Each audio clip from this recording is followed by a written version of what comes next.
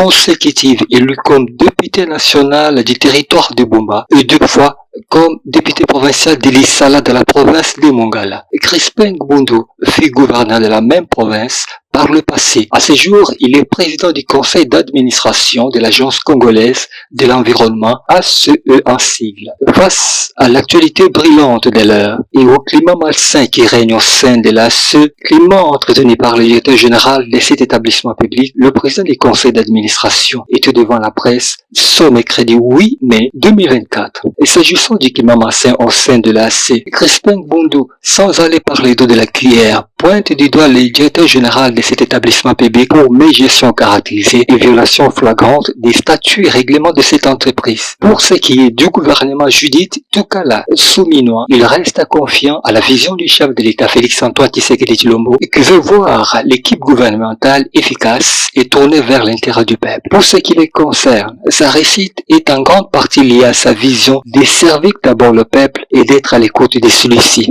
Bonsoir, honorable Crispin Gbundu Malengo. Bonsoir.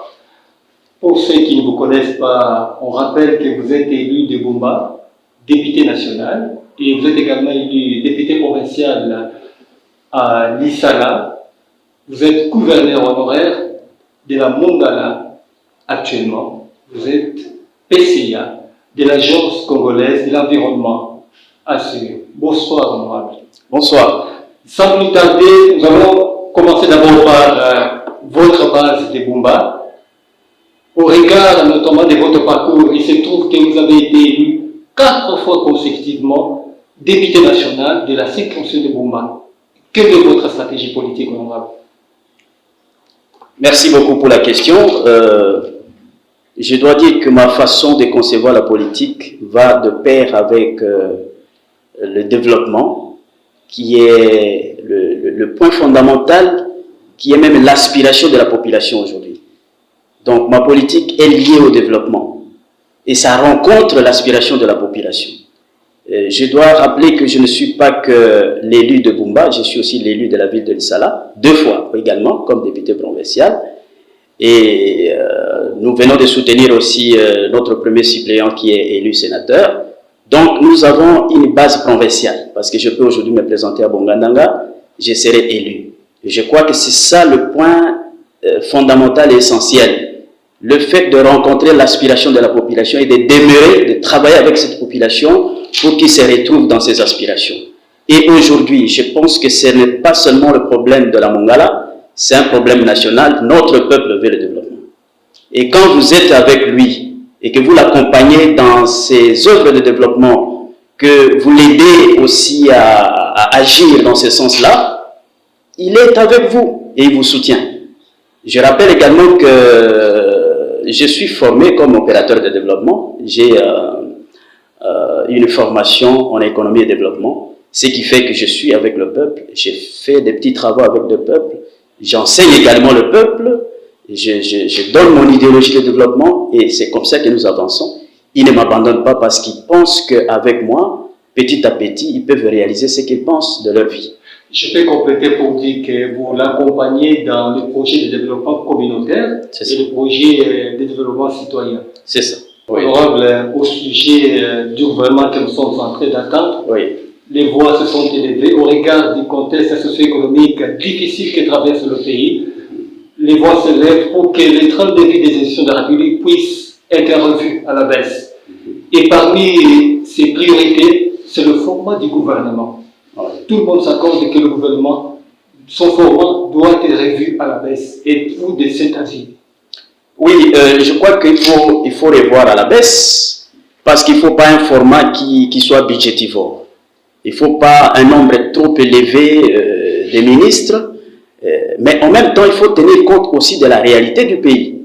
Le pays est grand, le pays a beaucoup de problèmes, le pays a beaucoup d'enjeux, donc il ne faut pas non plus avoir un trop petit nombre de ministres qui soient passés par les problèmes. Donc il faut une taille rationnelle et raisonnable du gouvernement, pas trop grand. Pas trop petit non plus. Concrètement, vous envisagez quel format? 45 ou moins de 45 ministres? Bon, je ne saurais pas parler du nombre ici. Je crois que ça, c'est le travail du Premier ministre. qui doit veiller à ces deux aspects. Que le gouvernement ne soit pas trop grand ni trop petit, mais qu'on fasse la répartition en rapport avec les réalités du terrain, le terrain congolais. Oui, au regard notamment des problèmes auxquels le pays est confronté, ces gouvernements pourraient avoir quelle priorité? La première mission du gouvernement, une fois publiée, elle peut s'attaquer à quel chantier? Je crois que la priorité du gouvernement, c'est d'abord l'homme congolais. Nous devons tous avoir pour priorité l'homme congolais. Mais dans plusieurs dimensions, parce que cet homme-là a plusieurs dimensions. Dans sa dimension spirituelle, il faut privilégier l'éducation. Hein? Parce que là, en formant les gens seront capables de remplir les érosions psychologiques qui nous séparent. Parce que quelquefois, nous sommes trop divisés entre nous. Il y a aussi la priorité en termes physiques, parce que nous avons des problèmes sécuritaires, par exemple, aujourd'hui. Nous avons des priorités sociales. Il faut que les Congolais vivent normalement. Nous avons des priorités économiques. Il faut la production des richesses. Et tout ça sont des priorités qui se résument en l'homme congolais. Il faut que le gouvernement ait le respect pour le Congolais dans toutes ses dimensions. C'est-à-dire concrètement, quand vous parlez de l'homme, il faut commencer d'abord par l'homme, c'est-à-dire le problème du civisme. Le civisme congolais pose problème. Il faut commencer d'abord par là, former l'homme oui. à forger sa conscience. Ça, c'est ce que j'ai appelé l'aspect spirituel. Donc, tout commence par là. Parce que tout ce que nous voyons à l'extérieur se décide d'abord à l'intérieur de la personne. Il faut que le Congolais soit bien formé pour comprendre sa valeur dans le monde, pour comprendre comment il doit agir, comment il doit utiliser tous les atouts qui sont autour de lui, comment il doit préserver son environnement. Hein, je reviens sur ce point parce que c'est très important. L'environnement, c'est la maison de l'être. Hein, l'être congolais vit dans l'environnement. Il doit le protéger pour qu'il soit protégé par cet environnement. Et si cela n'est pas fait, nous devons nous attendre à la mort, à la disparition progressive du Congolais. Et donc, c'est un aspect seulement. Mais il y a, comme je l'ai dit, l'aspect, par exemple, de la production des richesses. Ça, c'est l'économique. Le Congolais doit apprendre à travailler pour produire sa propre richesse, au lieu d'attendre que ça lui vienne d'ailleurs. Et ça, c'est très important. Il y a l'aspect social, comment il doit vivre avec les autres sans trahir. Parce qu'aujourd'hui, nous avons beaucoup de problèmes sécuritaires parce qu'il y a eu beaucoup de trahisons dans ce pays. Des Congolais qui ont préféré l'argent à la nation. Et ils ont trahi. Voilà pourquoi nous sommes maintenant dans des difficultés sécuritaires. Donc c'est tout ça qui constitue de priorités que notre Premier ministre et son équipe doivent s'atteler pour essayer de nous amener vers le développement. Il y a un grand fléau auquel vous n'avez pas fait allusion, c'est la corruption qui gangrène les institutions de la République. Partout où il y a des gérants, il se pose toujours le problème de détournement de fonds de l'État. Et que faire? Faudra-t-il amorcer encore d'autres réformes judiciaires pour que les choses puissent changer et que les lignes puissent bouger? Oui, comme vous l'avez dit, ça c'est un virus. C'est vraiment une épine sous nos pieds pour réaliser la vraie vision du développement de ce pays. Et le président de la République a bien vu de pouvoir taper là-dessus très fort pour que nous puissions nous relever. Parce qu'avec la corruption, nous n'irons nulle part. Et il faudra des efforts à tous les niveaux. Sur le plan spirituel, il faudra que les gens comprennent que voler, c'est mauvais. Et nous avons comme l'impression que certaines personnes, quand ils ne sont pas attrapés, ils pensent qu'ils sont, ce qu'ils font devient bon. Non, voler, qu'on vous attrape ou pas, c'est mauvais. Et pour ceux qui sont dans les institutions, même nos familles nous poussent à voler. Ils vous disent, mais vous êtes ministre, vous êtes PCA, ça fait déjà plus de 10 mois, mais où est votre parcelle? Comme si, en étant là, vous devez tout faire pour avoir une parcelle. Donc, c'est mental, comme je venais de le dire. C'est un peu aussi spirituel. Donc, il y a une idéologie qui doit être totalement réformée pour que les gens comprennent pourquoi est-ce qu'ils travaillent, comment est-ce qu'ils doivent travailler sans passer par la corruption. Vous êtes, je vais le rappeler à l'entente de cette interview, vous êtes 4 fois élu député national à Bumba. Présentement, vous siégez à l'Assemblée nationale. qui attend encore son bureau définitif. Il me semble qu'il y a blocage. C'est pour la toute première fois que le bureau provisoire prend plus de mois que prévu pour constituer le bureau définitif et faire avancer les choses. Je rappelle que bientôt, là, si jamais le gouvernement venait à être publié, c'est à l'Assemblée nationale qu'il faut qu'il y ait investiture du gouvernement. Et jusqu'à là, pas de mots, pas de mouvement, si ce sont que des déclarations de députés qui veulent déchoir les bureaux provisoires, d'autant plus que trop c'est trop, on en a pris beaucoup de temps pour en tant qu'élu national. Quel est le message que vous avez au regard de tous ces blocages qui se constatent tout autour de la construction du bureau définitif de l'Assemblée nationale?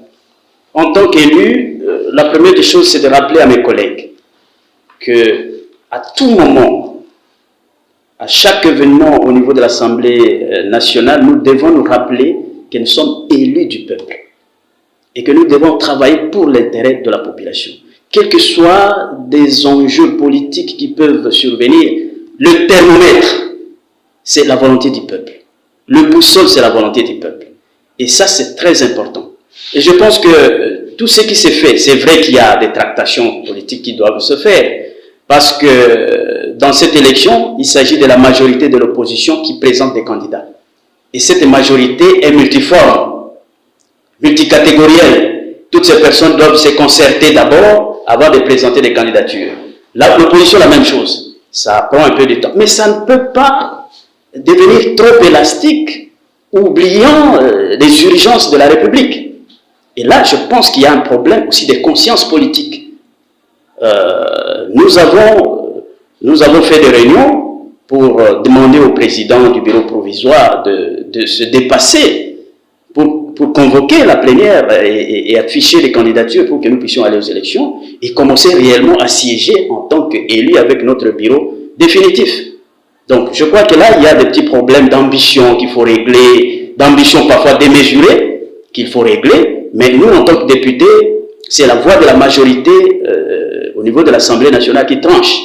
Et là, si ça continue à tirer en longueur, nous serons obligés de nous réunir pour faire ce que vous venez de dire, parce que nous en avons le droit. Oui, je vous informe qu'un groupe de députés nationaux a fait une déclaration politique comme quoi, dans 72 heures, si le bureau provisoire ne convoque pas une plénière pour ouvrir le processus électoral, ils vont pratiquement prendre une décision de choix du bureau. Ça, c'est une information. Ouais. Nous passons, parce que nous parlons de l'Assemblée nationale, bientôt là, il y aura, le processus électoral va s'ouvrir et que vous serez appelé à nommer les membres du bureau, principalement le président de l'Assemblée nationale, qui est une personnalité importante du pays. Vous, en tant qu'élu national, quel est le critérium que vous souhaitez avoir pour un président de l'Assemblée nationale? Oui, comme vous avez dit, je crois que c'est un lapsus. On ne nomme pas. Ça serait une élection. Oui, une élection. Nous allons les élire. Le président de l'Assemblée nationale doit d'abord être un homme, pas un ange, ni un démon. Un homme.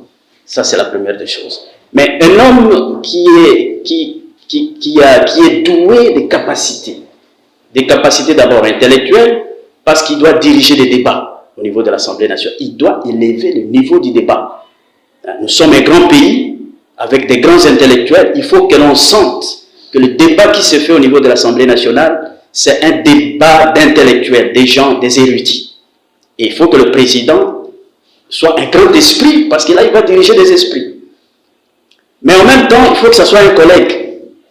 Pas un extraterrestre qu'on cherche à saluer, qu'on ne trouve pas. Ça doit être un collègue qui sera attentif à écouter les députés, à être attentif à voir quel est le sens, quelle est la direction que voudraient prendre les députés par rapport à la conduite de l'Assemblée, ainsi de suite. Ça doit être aussi un homme épris de l'amour du pays. Parce que les grandes décisions de ce pays se prennent aussi au niveau de l'Assemblée nationale. Mais si c'est un homme corrompu, un traître, il va de manière sournoise conduire les débats vers des votes qui n'avantagent pas le pays. Et ça, c'est très dangereux aussi. Donc, nous voulons un président de l'Assemblée qui aime ce pays, qui le traduit par les actes. Il y a beaucoup de critères. Hein. un homme de cœur aussi. Pas seulement un homme qui a une tête bien faite, mais qui a aussi un cœur, capable de souffrir avec ceux qui souffrent dans le pays. Capable de pleurer quand il sent qu'il y a une bombe qui est tombée quelque part, et qu'il y a des gens qui sont morts, des enfants sont morts, de pleurer.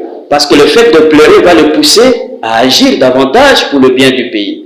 Il y a beaucoup de choses à dire là-dessus, mais en tout cas, le peu que je pouvais relever, c'est ce que je viens... Transition, nous changeons de chapitre. Nous entamons notre chapitre ayant trait à l'Agence congolaise de l'environnement, où vous avez été, depuis le 30 juillet 2023, nommé par le chef de l'État comme président du conseil d'administration. Depuis que vous êtes là, qu'est-ce que l'on peut retenir en tant que PCA? Qu'est-ce qu'on peut retenir de cette agence relative à l'environnement? Qu'est-ce qu'on peut retenir? Oui, il faudra d'abord commencer par la définition. Il faut définir pour que les amis qui nous suivent comprennent ce que c'est que l'Agence congolaise de l'environnement. Oui, merci pour ce rappel. Oui. La démarche pédagogique, je voudrais effectivement que nous commencions d'abord. Qu'est-ce que c'est cette agence? Oui, oui. C'est un établissement public. Il faut commencer par là. C'est un établissement public à caractère technique et social et qui a pour mission de veiller à ce qu'il n'y ait pas d'impact social et environnemental dans tous les projets qui s'exécutent en RDC. Impact social et environnemental. C'est-à-dire, concrètement, quand il y a un projet, quand il y a un travail qui se fait dans notre pays, il faudra, avant de commencer à exécuter ce travail, il faut d'abord des études. Des faisabilités. Des études pour voir est-ce que ce travail aura un impact sur la population environnante, un impact négatif bien sûr. Est-ce que ce travail qui se fait, ce projet qui se fait, aura un impact sur l'environnement? Par exemple, s'il y a un projet minier ici, est-ce que la population environnante va fuir? Est-ce que les eaux qui sont là seront polluées? Il faut toutes ces études. Et c'est l'ACE qui fait ça et qui donne à la fin un certificat d'études environnementales avant que ce travail soit mis en exécution. Mais après avoir donné ce certificat, l'ACE fait encore d'études d'évaluation pendant l'exécution du projet pour voir est-ce que nous respectons nos clauses de départ, est-ce que la société ou l'individu respecte ce qu'on a fait comme étude. Et s'il y a des dérapages, l'ACE a la possibilité de frapper pour redresser les choses. Voilà un peu brièvement le rôle de l'ACE. Notre établissement a 3 organes. Il y a le conseil d'administration d'abord, il y a la direction générale, il y a les commissaires aux comptes. Ce sont ces 3 organes qui composent l'ACE et qui font que l'ACE puisse fonctionner. Oui, comment ces 3 organes fonctionnent-ils en harmonie? Comment ces organes fonctionnent-ils? Oui, d'abord, le conseil d'administration, c'est l'organe de conception. C'est le conseil qui conçoit ce qui doit être fait dans l'ACE. C'est aussi l'organe d'orientation. Parce que la direction générale exécute ce qui vient du conseil d'administration. Le conseil oriente pour l'avantage, pour le bien-être de tout l'établissement. Le conseil d'administration également décide, si ça va mal, d'orienter autrement et sanctionne, contrôle même. Ça, c'est le conseil d'administration. La direction générale, c'est l'organe qui gère au quotidien. Il gère, et là, vous trouvez le DG, les DGA, et les autres directeurs qui sont ici et qui sont dans les provinces. Ils sont là. Et puis, enfin, les commissaires aux comptes veillent à la qualité des comptes au niveau du conseil d'administration, au niveau de la direction générale. Voilà les 3 organes qui doivent travailler en harmonie pour que l'ACE puisse avancer dans la bonne direction. Vous êtes nommé président du conseil d'administration de cette institution environnementale. Ça fait déjà, je pourrais dire, plus ou moins une année. Et quel est le bilan que vous présentez à la population qui vous suit? Oui, nous avons fait un très grand travail. Je commence d'abord par féliciter mon équipe, l'équipe des administrateurs. Nous avons un PCA. Le directeur général fait partie aussi du conseil d'administration, suivi de 3 administrateurs et d'un représentant de la tutelle. Voilà notre équipe. Je les félicite parce qu'ils sont engagés à travailler dans l'esprit d'équipe et aussi avec un engagement sans faille. Et je dois vous dire que depuis que nous sommes là, nous avons déjà tenu, parce que c'est prévu, convoquer un conseil d'administration pendant un trimestre. Donc nous avons déjà tenu 4 conseils d'administration plus 6 réunions subséquentes. Ça signifie, quand vous convoquez un conseil et que vous n'avez pas épuisé les matières, vous pouvez convoquer encore des réunions subséquentes. Nous avons donc convoqué 6 réunions subséquentes, ce qui fait un total de 10 réunions. Nous avons également convoqué une réunion extraordinaire avec Madame la ministre des tutelles. Nous avons fait aussi une réunion entre les organes pour les mettre ensemble, des réunions, 3 réunions avec les DG, les DGA pour essayer de les aider à bien travailler dans l'harmonie. Donc au total, nous avons tenu plus de 15 réunions. Et ça c'est important de le dire pour dire que nous faisons bien notre travail. Mais dans la production que nous avons faite par rapport à nos missions, nous avons d'abord examiné et puis adopté le règlement intérieur du conseil d'administration. Ça a été validé par notre ministre de tutelle. Nous avons également adopté le budget. Le budget a été également validé par notre ministre de tutelle, qui est même assorti d'un arrêté portant barème de tous les administrateurs. Et au-delà de cela, pour bien travailler, nous avons pensé nous éclater en commission. Donc nous sommes éclatés en 3 commissions. Il y a la commission juridique qui devrait faire la lecture, la relecture de tous les textes que nous avons, pour que tous ces textes soient en conformité avec la Constitution et les autres textes de base. Et cette commission fonctionne, bien qu'il y a des problèmes, je vais vous le dire. Il y a un blocage qui fait que les commissions n'avancent pas. La deuxième commission, c'est la commission d'audit. Et cette commission avait pour tâche de pouvoir auditer ce qui se passe au niveau du conseil, au niveau de la direction générale, parce que nous avons la mission aussi de contrôler. Et là, nous avons soumis à cette commission de pouvoir voir tous les comptes passés, de 2023, de pouvoir évaluer les états financiers 2023, comment le budget 2023 a été exécuté, les rapports d'activité 2023, le plan d'action 2024. Ça doit venir de la direction générale, évaluer et présenter au conseil d'administration pour que nous puissions voter. Nous avons également une commission d'engagement et rémunération. Cette commission devrait d'abord voir, parce que nous avons appris que le DG, sans l'accord du conseil d'administration et même de la tutelle, a engagé plus de 100 personnes. Et cette commission devrait voir exactement ce qui a été fait dans cet engagement, comment les agents sont payés, le barème salarial des agents, et nous présenter cela au niveau du conseil d'administration. Voilà un peu le travail qui a été fait. Au niveau des commissions, comme je vous avais dit, c'est bloqué parce que le directeur général qui doit faciliter et donner les documents de travail aux commissions ne le fait pas. Ne le fait pas et les commissions ne savent pas travailler et donc on est sur le point d'être bloqué à ce niveau-là. Oui, vous parlez d'un blocage. Vous avez le ministère de tutelle qui pourrait intervenir dans le dossier pour débloquer. Est-ce que vous avez fait recours au ministère de tutelle pour que la situation soit débloquée, afin que les choses puissent avancer? La situation est connue de notre ministre de tutelle, raison pour laquelle il y avait convocation de la réunion extraordinaire du Conseil des ministres. Le DG ne s'est pas présenté. Il a fui cette réunion, carrément, il a refusé de se présenter. Nous avons écrit, tous les écrits sont là, nous avons écrit à notre ministre de tutelle, et d'ailleurs aujourd'hui, nous venons encore d'écrire, et nous avons transmis notre point de vue du conseil d'administration à notre ministre de tutelle. Après des résolutions qui avaient été prises par le conseil d'administration, nous avions demandé au DG de pouvoir s'amender pendant 3 jours. Et au-delà de ces 3 jours, nous serons dans l'obligation de demander à notre ministre de tutelle de sanctionner. Et c'est ce que nous venons de faire. Sanctionner pourquoi? Je ne sais pas si vous pouvez m'accorder le temps parce que c'est très important.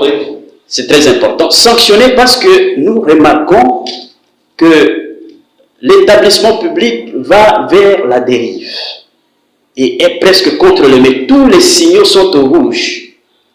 Et ce n'est pas un problème de relation entre le conseil d'administration et les autres organes. C'est un problème lié à un seul individu. Et l'individu, c'est le directeur général.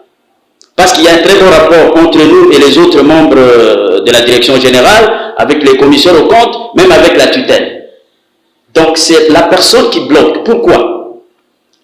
D'abord, un rapport de manque de considération envers notre tutelle. Le fait de refuser de se présenter dans une réunion convoquée par la tutelle, le fait de répondre de manière lapidaire à la demande d'explication lui adressée par la tutelle, le fait même de dire que lui dépend plutôt de la présidence alors que nous avons une tutelle. Et ce sont des éléments qui montrent que le DG sous-estime la tutelle. Son rapport avec le conseil d'administration. Le DG ne se présente pas aux réunions du conseil d'administration sans nous avertir, sans nous informer, sans motif valable. Il se déplace, il fait ses missions sans informer aucune personne, ni madame de la tutelle, ni le PCA. Le DG ne répond même pas à nos correspondances du conseil d'administration. Le DG bloque quand nous demandons des documents de travail, parce que tous les documents de travail qui doivent être utilisés par les conseils d'administration et par les commissions doivent nous venir du DG. Il bloque. Le DG ne s'est pas payé pendant 8 mois. Tous les administrateurs, y compris le président du conseil d'administration, pendant 8 mois, nous avons été patients pour dire l'homme peut changer. Et pourtant l'agence reçoit beaucoup d'investissements de la part des partenaires internationaux. Oui, bien sûr, mais c'est lui qui gère s'il n'est pas de bonne foi. Parce que nous avons des textes, nous ne pouvons pas nous bagarrer avec la personne. Nous suivons les textes.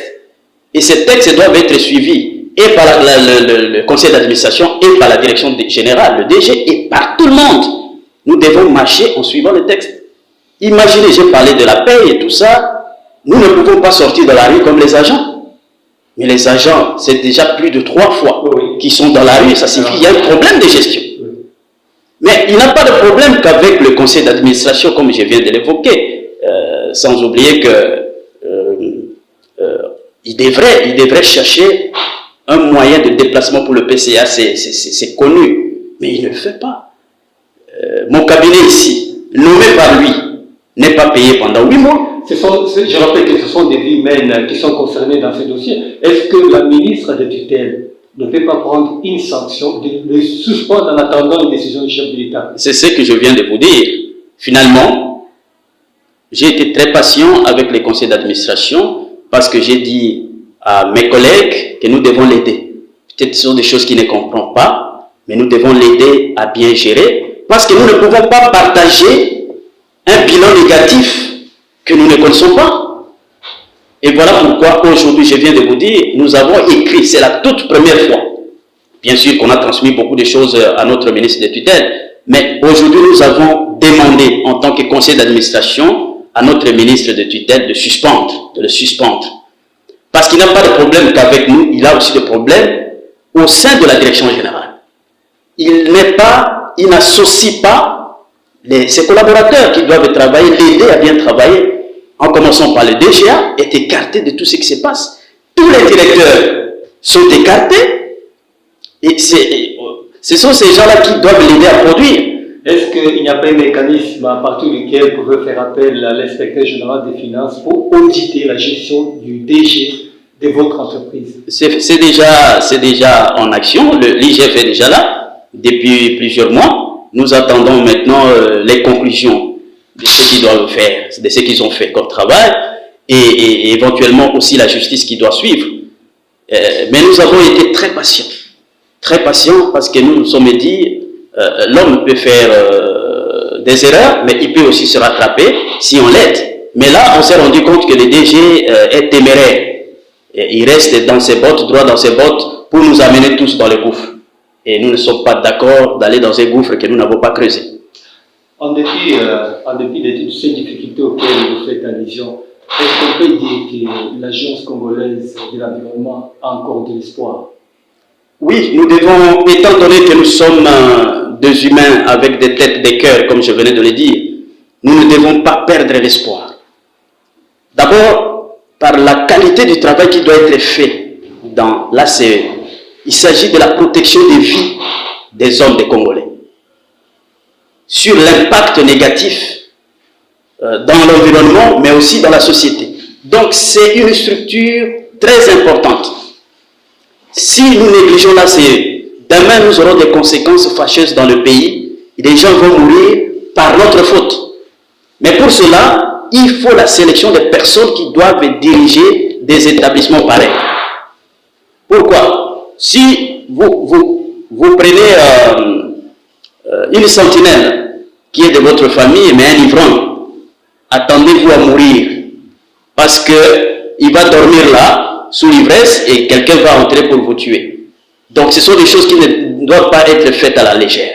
Il faut un choix des personnes intelligentes, des personnes capables, mais aussi des personnes, des cœurs, de ceux qui aiment ce pays, ceux qui peuvent se sacrifier pour qu'un établissement public de l'État puisse émerger. C'est ce qui fait la joie. Et moi, en tant qu'élu du peuple, j'ai la responsabilité de défendre le peuple à tous les niveaux, puisque je suis député national. Tout ce qui concerne la nation me concerne. Je ne peux pas me taire devant cette gabegie financière, devant ce dérapage de gouvernance. Ici, je ne peux pas me taire. Je vais toujours ouvrir ma bouche. Et le DG ne peut pas intimider les gens par ses relations. Hein, ça, c'est le trafic d'influence. Nous avons résisté devant un régime sanguinaire dans ces pays. Lui n'est pas un régime. Lui, c'est un individu. Et ce qu'il fait déshonore le président de la République. Nous connaissons la volonté du président de la République de pouvoir remettre les choses sur les rails dans ce pays. Et il ne cesse de parler de la bonne gouvernance, de l'état de droit. Et nous ne pouvons pas nous taire. À partir d'aujourd'hui, nous avons eu 10 mois de patience. À partir d'aujourd'hui, nous allons parler. Je suis parlementaire, on va parler pour défendre cet établissement public, pour défendre les agents et cadres qui sont ici, pour défendre les conseils d'administration et tous les organes, pour faire en sorte que finalement, qu'on mette cette personne hors d'état de nuire, pour que l'établissement puisse se relever et avancer.